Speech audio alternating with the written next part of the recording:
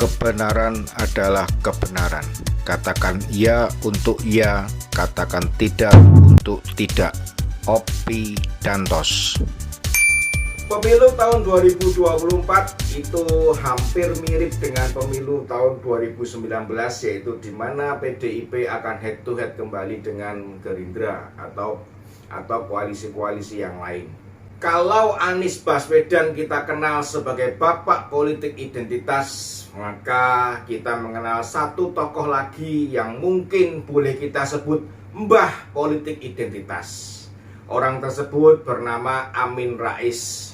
Mbah Rais beberapa waktu yang lalu mengatakan bahwa Partai Umat, di mana beliau yang mendirikan partai ini, mengatakan bahwa akan tetap mengusung politik identitas. Apakah identitas itu identitas agama seperti yang digunakan pada tahun 2019? Kita belum tahu, karena identitas belum tentu identitas agama. Tetapi sobat-sobatku semuanya, yang baru beredar video kemarin di beberapa medsos, Mbah Rais terang-terangan mengusung identitas, yaitu mengenai sebuah capres yang diusung oleh Bapak Joko Widodo.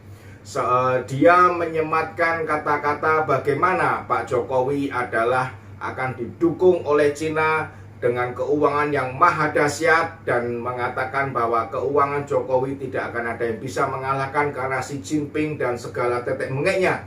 Mbah Rais mengatakan seperti itu. Di sini kita melihat bahwa Mbah Rais mulai menjalankan identitas bahwa capres yang nanti yang didukung oleh Jokowi itu adalah capres yang memperoleh dukungan dari negara Cina. Sobat-sobatku semuanya, ini adalah identitas baru yang mau Mbah Rais angkat. Kita semua tahu siapa yang dimaksud oleh Mbah Rais, capres siapa yang akan didukung oleh Cina, dan capres siapa yang didukung oleh Joko Widodo. Kita tahu sobat-sobatku semuanya, karena rakyat memang saat ini merasakan bahwa Jokowi menunjuk Ganjar Pranowo yang akan menggantikan beliau memimpin bangsa dan negara ini. Tetapi sobat-sobatku semuanya, apakah benar bahwa Ganjar Pranowo akan dibiayai oleh Jokowi dengan menggunakan dana dari Cina, dengan menggunakan dukungan dari Xi Jinping? Itu yang perlu kita pertanyakan, dan itu yang perlu kita ragukan. Karena sobatku semuanya, tidak akan mungkin ada Cina akan membiayai seorang yang bernama Ganjar Pranowo. Nah, saya perhatikan hiruk pikuk tentang capres-cawapres di dunia medsos kini makin seru. Intinya, Jokowi sudah terjun langsung mengatur siapa yang harus menang dan siapa yang harus dikalahkan. Itu melanggar etika demokrasi. Jangan pernah tanya kekuatan keuangan Jokowi, karena Xi Jinping, Presiden Cina, dan sekaligus Sekjen Partai Komunis Cina, saya yakin bisa mencukupi berapa besar pun dana yang diperlukan untuk memenangkan jagoannya Pak Jokowi. Sebagai King of Super Prank, saya kira Jokowi sudah mengecoh sebagian besar para politisi kita yang tadinya percaya sama omongan dan janji-janji palsunya. Nah, para pendukung Jokowi bertubi-tubi menyerang Islam dan umatnya dengan menjuluki mereka sebagai kadal gurun. Ini sesuatu yang amat kurang ajar. Orang Jawa cekek pun kalau beragama Islam, apalagi oposan, dimasukkan dalam kategori kadrun. Sesungguhnya ada kelompok kadal gurun dan ada capit, cacing pita. Nah, gerombolan cacing pita itu sudah menyerahkan masa depan NKRI ke RRC. Para cacing pita itu atau capit ini saya duga keras dibiayai oleh agen-agen Xi Jinping secara unlimited, tanpa batas. Gerombolan cacing pita ini sebagai pengkhianat bangsa dan negara itu memang pongahnya minta ampun. Petita-petiti, sudah lupa daratan dan ingat lautan. Seolah-olah sudah menggenggam masa depan Indonesia. Nah, saudara-saudaraku, saya ingin mengingatkan anak-anak bangsa untuk meningkatkan kewaspadaan setinggi mungkin. Saya yakin sebagian besar atau mayoritas anak bangsa tidak pernah mau diajak para capit cacing pita itu untuk menjadikan Indonesia for sale. Ya, Indonesia dijual ke RRC. Sobat-sobatku semuanya, berhati-hatilah terhadap kata-kata simbah yang satu ini. Satu hal lagi yang perlu kita ketahui bahwa di dalam menentukan capres atau penggantinya, Jokowi tidak pernah mengatakan bahwa Ganjar yang akan menggantikan dia. Semuanya bergantung dari yang namanya pemilihan presiden tahun 2024 nanti. Jokowi boleh menunjuk siapa saja, Jokowi boleh menunjuk saya sebagai presiden. Tetapi jika saya tidak dipilih oleh rakyat Indonesia untuk menjadi presiden, untuk memimpin negara ini, apakah saya bisa menjadi presiden? Ini yang harus kita berhati-hati, karena simbah satu ini pandai berkata-kata, simbah satu ini pandai bermain kata-kata, sehingga mengarahkan rakyat seolah-olah Ganjar Pranowo pasti itu yang ditunjuk Jokowi. Ganjar Pranowo pasti yang akan jadi dan menggantikan Jokowi. Padahal kita tahu semua bahwa Jokowi membawa banyak orang yang sepertinya kita semua menebak-nebak siapakah yang akan ditunjuk dan direstui Jokowi. Ada Erick Thohir, ada Prabowo Subianto, semua bersama-sama dengan Ganjar. Semuanya pun dibawa oleh Joko Widodo dan seolah-olah memang itu sengaja ditampilkan ke publik bahwa inilah yang akan menggantikan beliau. Tetapi sobat-sobatku semuanya, perkara siapa yang ditunjuk dan memastikan Jokowi menunjuk siapa, itu dari masyarakat bisa menilai memang Jokowi tampaknya menunjuk Bapak Ganjar Pranowo sebagai penggantinya. Karena Ganjar sama-sama satu kader partai, yaitu partai PDI Perjuangan. Sobat-sobatku semuanya, apakah salah jika Jokowi menunjuk atau jika Jokowi meminta Ganjar meneruskan kepemimpinannya? Hal itu tentu tidak ada salah sama sekali, tetapi hal itu tidak bisa serta-merta dilakukan oleh Jokowi. Kembali lagi yang saya katakan, siapa presidennya, maka rakyat yang menentukan. Siapa presidennya, maka rakyat yang memilih. Bukan seperti kata simbah bahwa Jokowi seolah-olah yang menentukan siapa presidennya. Bahkan menentukan presiden akan dibantu oleh keuangan Jokowi yang dibantu oleh Xi Jinping dari Cina. Jika sekarang ternyata nama Ganjar Pranowo yang menggema di seantero Nusantara bahwa Ganjar adalah pengganti Jokowi, Ganjar diharapkan meneruskan Jokowi, itu semua bukan semata-mata ditunjuk oleh Jokowi, tetapi itu semua karena rakyat yang menilai, rakyat yang melihat, dan rakyat yang merasakan, dan rakyat mempunyai keinginan supaya Ganjar menjadi penerus dari Jokowi, sehingga nama Ganjar sekarang dibumingkan oleh rakyat yang ada di medsos maupun di pembicaraan-pembicaraan setiap hari di pergaulan masyarakat Republik ini. Kita tahu Mbah Rais adalah orang yang memang bersejarah di perpolitikan Indonesia ini, dan sebetulnya kita semua mengerti bahwa Mbah Rais dijuluki adalah Sengkuni dan segala macam. Nah, sobat-sobatku semuanya, apakah Mbah Rais bisa menjamin bahwa uang yang dari Jokowi yang digunakan untuk mendukung Pilpres nanti adalah uang dari Xi Jinping, uang dari Republik Cina?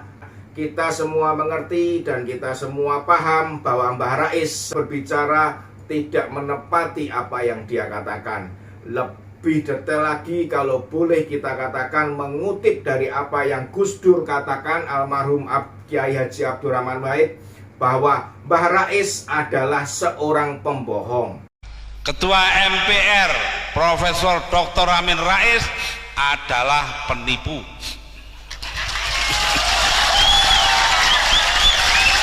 Tampaknya Mbah Rais mulai seperti gugup Karena Mbah Rais jelas mendukung Anies Rashid Baswedan. Dan Anies tampaknya kapal yang ditumpangi Anies sepertinya sudah mulai oleng. Dengan Demokrat yang mulai merapat kepada Golkar dan terlibat pembicaraan intensif dengan Golkar dan menyatakan antara AHY dengan Erlangga sama-sama mengatakan bahwa mereka tidak akan mengusung politik identitas, ya karena politik identitas cenderung memecah belah bangsa ini. Yang kemarin dijalankan oleh Anies dan Prabowo di tahun 2017 dan tahun 2019 menggunakan identitas suatu agama sehingga toleransi kita terpecah-pecah tidak karuan dan persatuan kita pun terbelah.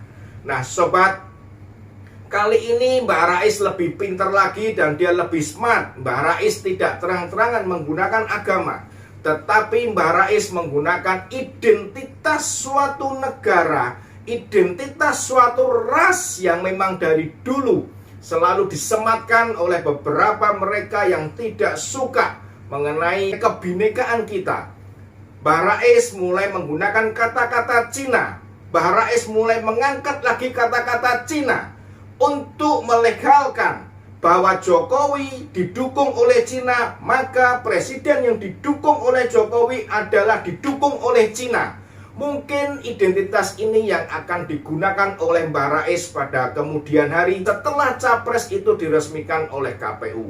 Begitu bernafsunya Mbah Rais untuk dunia perpolitikan di Indonesia, walaupun Simbah berkata bahwa dia tidak berniat menjadi presiden karena sudah 78 tahun beberapa waktu yang lalu.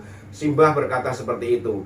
Tapi ternyata Simbah tetap bernafsu untuk mewarnai politik ini, untuk mewarnai perpolitikan di republik ini dengan pola-polanya yang dia bicarakan dan pola-pola yang dia lakukan yang tidak berubah sejak dulu sampai dengan hari ini. Dan itu rupanya diamati juga oleh rakyat sehingga Mbah Rais mendapat julukan Simbah adalah Sengkuning untuk perpolitikan di Indonesia ini. Sobat-sobatku semuanya, Simbah pernah berjanji kepada kita semua bahwa Simbah akan berjalan dari Jogja hingga Jakarta, bahkan sampai Engklek kalau perlu. Saya akan jalan kaki Jakarta Jogja bolak-balik kalau perlu sambil Engklek ya. Sampai dengan hari ini 2019, hari ini 2023 sudah 4 tahun. Jangankan Engklek, jalan saja Simbah nggak pernah. Maka itu sobatku semuanya, janganlah kita percaya akan kata-kata Simbah yang penuh dengan tipu dan cong tipu kalau kita boleh bicara. Simbah selalu menipu, dan menipu. Ini cocok dengan apa yang dikatakan oleh Kiai Haji Abdurrahman Wahid almarhum presiden kita, yang di situ beliau mengatakan bahwa Mbah Rais adalah seorang penipu, seorang pembohong. Jadi kita harus hati-hati jika Mbah Rais berkata atau mengeluarkan statement nanti pada saat Pilpres yang mungkin hal itu bisa menjadi sebuah blunder dan yang bisa memecah persatuan kita, karena Simbah jelas-jelas berkata akan menggunakan politik identitas. Mbah Rais ini sepertinya kok petita-petiti. Mbah Rais sengaja mengarahkan seolah-olah bahwa Ganjar akan dibiayai oleh Cina, oleh Xi Jinping. Identitas ini mulai disematkan oleh Mbah Rais dan identitas ini tentu sangat berbahaya. Kurang ajarnya lagi Mbah Rais mengatakan bahwa Indonesia for sale. Kita lebih percaya dengan omongan almarhum Gus Dur daripada omongan Mbah Rais. Almarhum Gus Dur pernah mengatakan bahwa Mbah Rais akan jadi gelandangan politik. Itu dikatakan pada saat Mbah Rais sedang memimpin sidang istimewa MPR untuk melengsarkan Gus Dur. Dan sobat, kata-kata itu terbukti. Mbah Rais masih hidup dan Mbah Rais justru melakukan apa yang pantas dilakukan oleh seorang gelandangan, yaitu mengemis dana sumbangan untuk Partai Umat agar Partai Umat bisa masuk sebagai peserta pemilu, karena kemarin ditolak oleh KPU sehingga Partai Umat akan melakukan gugatan Partai Umat membutuhkan lawyer dan segala macam perlengkapannya, akomodasi dan yang lain-lainnya. Mbah Rais mengemis kepada kader Partai Umat atau kepada yang lain-lainnya. Ini sesuai dengan apa yang dikatakan atau yang diramalkan oleh almarhum Gus Dur, yaitu dia akan menjadi gelandangan politik. Sobat-sobatku semuanya, mari sobat, kita jaga persatuan kita jaga kesatuan kita jaga toleransi kita. Pilpres biarlah berjalan sesuai dengan apa adanya. Pilpres supaya berjalan alamiah. Jangan sampai pada waktu Pilpres nanti mereka yang menggemakan politik identitas, mereka yang menggemakan kebohongan-kebohongan seperti yang terjadi beberapa waktu lalu itu kembali menggema di bumi Indonesia ini. Tidak ada urusan surga dan neraka dengan Pilpres, karena surga dan neraka adalah urusan kita pribadi dengan Tuhan yang Maha Kuasa, dengan Tuhan yang Maha Esa. Sobat-sobatku semuanya, Anda pilih siapa, itu tidak akan merubah neraka Anda menjadi surga, merubah surga Anda menjadi neraka. Hati-hati di dalam identitas agama yang akan dipergunakan jika mereka akan menggunakan identitas agama lagi. Yang pasti sobatku semuanya, capres itu yang akan kita pilih, yang akan kita dukung adalah satu capres yang memiliki rekam jejak yang jelas pada masa lalu sebelum dia menjadi capres. Yang kedua, apa yang dia kerjakan pada masa lalu. Jika dia seorang pejabat, maka sobat, kita perlu membutuhkan seorang pejabat yang berani menolak radikal dan intoleransi di negara ini demi keutuhan NKRI. Kemudian selanjutnya kita membutuhkan presiden yang berani menegakkan Pancasila sebagai ideologi negara kita, karena itu merupakan ideologi kita berbangsa dan bernegara. Selanjutnya sobat-sobatku semuanya, kita butuh pembangunan yang telah diletakkan dasarnya oleh Presiden Joko Widodo tidak berhenti di tahun 2024 dan tidak dirubah setelah ada presiden baru, tidak dijadikan porak-poranda setelah ada presiden baru, tetapi kita membutuhkan presiden yang bisa, mau, bersedia dan siap melanjutkan pembangunan Bapak Presiden Joko Widodo yang telah tetapkan. Sobat-sobatku semuanya, pilihlah capres dengan kriteria-kriteria ini, dan saya betul-betul tidak berbohong karena kita membutuhkan presiden yang seperti ini. Izinkan saya menyampaikan pesan kepada Mbah Rais. Mbah, jenengan sampun sepuh Mbah. Empun Mbah, mboten usah malih cawe-cawe teng politik Mbah. Pun jenengan leren mawon teng griya Mbah, ngopi, rokok, nggih Mbah nggih. Eling Mbah, eling yuswa jenengan niku pun sepuh. Sampun nggih Mbah. Kepada sobat-sobatku semuanya, mari kita sukseskan Pilpres tahun 2024 sebagai Pilpres yang betul-betul menunjukkan harkat dan martabat bangsa dan negara kita, saling menghormati di antara pendukung, saling menghargai di antara pendukung, sehingga kita jaga persatuan, kesatuan, dan negara kita adalah negara Indonesia yang maju, negara Indonesia, negara yang besar, negara yang akan ditakuti oleh dunia internasional. Salam Opidantos.